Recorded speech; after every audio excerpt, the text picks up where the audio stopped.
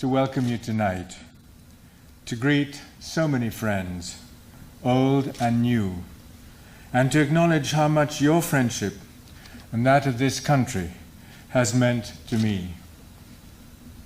I am deeply grateful for your warm welcome. I am no stranger to London, but this is a very special visit, as it is part of a year-long celebration, the Golden Jubilee anniversary of my imamate.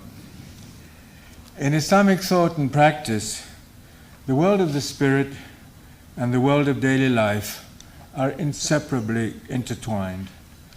This is why, over a half-century, my role as spiritual leader has also required me to act in a host of social, economic, and cultural endeavors in order to secure and enhance the well-being of the Ismailis and the communities amongst which they live. In all these endeavors, we have developed wonderful partnerships with many institutions around the world, and many of our most effective partners have come from this country.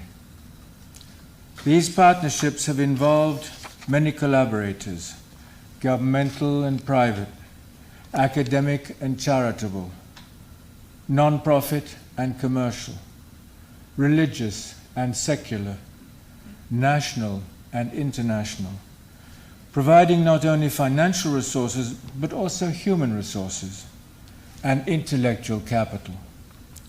London has also been an important base for our work with governments around Europe and with the European Union itself.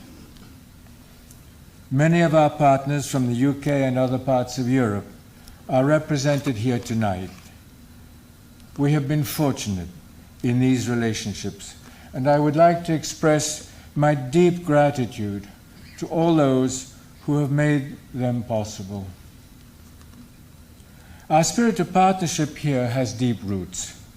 Over a century ago, my grandfather, Sir Sultan Muhammad Shah Aga Khan, worked closely with Her Majesty Queen Victoria and her governments in the pursuit of common ideals. These ties were further strengthened by the strong presence of the Ismaili community, initially in places which later became Commonwealth countries, and later here in the United Kingdom. It is striking to me that in 1957 there were only about 100 Ismailis residents in this country, and most of them were students. Today, there are 14,000 Ismailis here permanently living, and of all ages and walks of life. Our story in this country is a case study in the settlement of an immigrant community, one which originated from East Africa, the Indian subcontinent, and now Central Asia. Upheavals in their native lands, wars of independence, civil wars, collapsed economies, and other dislocations affected the Ismailis and millions of others around them. Today, almost 1/3 of my community in this country have been born in the United Kingdom. They have maintained their religious and cultural identity, and they are well integrated into their local environment. It is a community in which over 90% of the university-age population participate in tertiary education. The average household income is 1/3 higher than the national average. Britain has been an enabling environment. As a result, the community is now making a meaningful contribution to the economy and civic society, whilst also providing a resource to support initiatives in other parts of the world. In 1957, there was only one Ismaili space here for congregational prayer, and that was on leased premises. Creating places of prayer as centers for community life was fundamental to ensuring the cohesion of the community, and there are now over 40 such places. Among them, of course, a central focal point is the Ismaili Center located in South Kensington.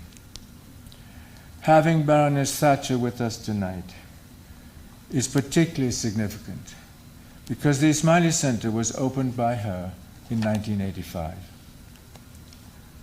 Like other Ismaili centers around the world, the London Center serves not only as a gathering place for Ismailis, but as an active participant in local society, sponsoring a variety of cultural initiatives, exhibitions, lectures, and other public events.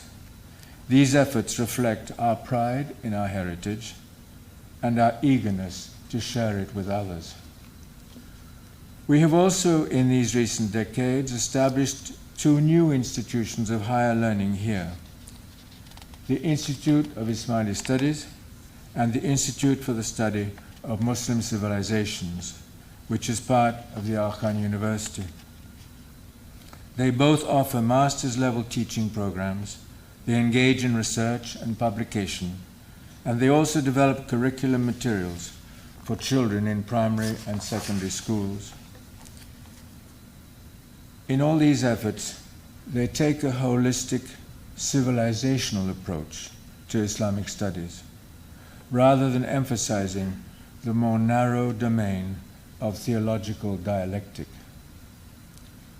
What some describe as a clash of civilizations in our modern world is, in my view, a clash of ignorances. This is why education about religion and cultural heritage is so critically important, and why we will continue to invest in these institutions. We deeply believe that scholarship, publication, and instruction of high quality and generous breadth can provide important pathways toward a more pluralistic and peaceful world. All of these comments, then, speak to the context in which we gather tonight: a rich history of partnership, reaching deeply into the past, and extending, we hope and trust, into an even more productive future. Thank you.